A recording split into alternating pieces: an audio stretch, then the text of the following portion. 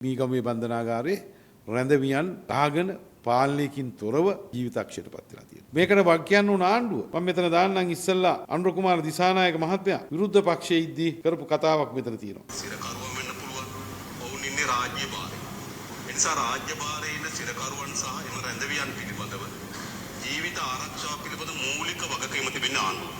එවනම් අනුර කුමාර දිසානායක මහත්මයා කියන්නේ විපක්ෂයේ ඉද්දී 2020 නොවැම්බර් මාසේ 30 වෙනිදා. අද එහෙනම් මේ මරණ වලට වග කියන්න ඕන ආණ්ඩුව. බන්ධනාගාරවල තදබදය වැඩි වෙලා තියෙනවා. අද බන්ධනාගාරවල ඉන්න රැඳවියන්ගෙන් 3න් එකක් මද්ද්‍රව්‍ය චෝදනා වලට බන්ධනාගාරගත කරලා තියෙනවා. ආණ්ඩුව කියනවා ලොකු මුදලාල් අල්ලුවා කියලා. මම හිතන්නේ කොහොමද එහෙමනම් මේ මෙච්චර බන්ධනාගාර හිර වෙන්න තරම් මේ ආණ්ඩුව යටතේ බන්ධනාගාර වලට දැම්මේ? එහෙනම් කුඩු මර්ධනය වෙලා නැහැනේ. මේගොල්ල බොරුවට සංදර්ශන පවත්වනවා කුඩු අල්ලනවා කියලා. මේ හිරගෙදරත් හේතුව මේ ආණ්ඩුව ආපු ගමන් අර පොඩි රෑම් 2ට 3ට තියෙන කට්ටිය ඇතුළට දානවා. ඒගොල්ලෝ දැන් 3න් එකක් ඉන්නේ කට්ටිය. දැන්ටත් ඊයේ මේක පාලනය කරා කියනවා. අද එනකොට දැන් මට ආරංචි දැන්ටත් මීගම බන්ධනාගාරයේ ආපහු ප්‍රශ්නේ පටන් ගත්තා. ඒ ආණ්ඩුවට කිසි දෙයක් කරගන්න බෑ. ඉස්සර මේ ආණ්ඩුව ආපු ගමන් පාරවල් වල වෙඩි තියාගෙන මරණ තත්ත්වයටපත් වුණා පාතාල. දැන් මං හිතන්නේ ආරක්ෂාව තියෙන බන්ධනාගාරය ඇතුළේ මරා ගන්න තත්ත්වයටපත් වෙලා තියෙනවා. මෙහෙමද මර්ධනය කරන්නේ? ආණ්ඩුව කියනවා ඇති මේ දෙගොල්ල ගහගත්තම මේක මර්ධනය වෙනවා කියලා. එහෙම නෑ. මේ ආණ්ඩුවට කියනවා මේකේ වගකීම අනුර කුමාර දිසානායක බාර ගන්න.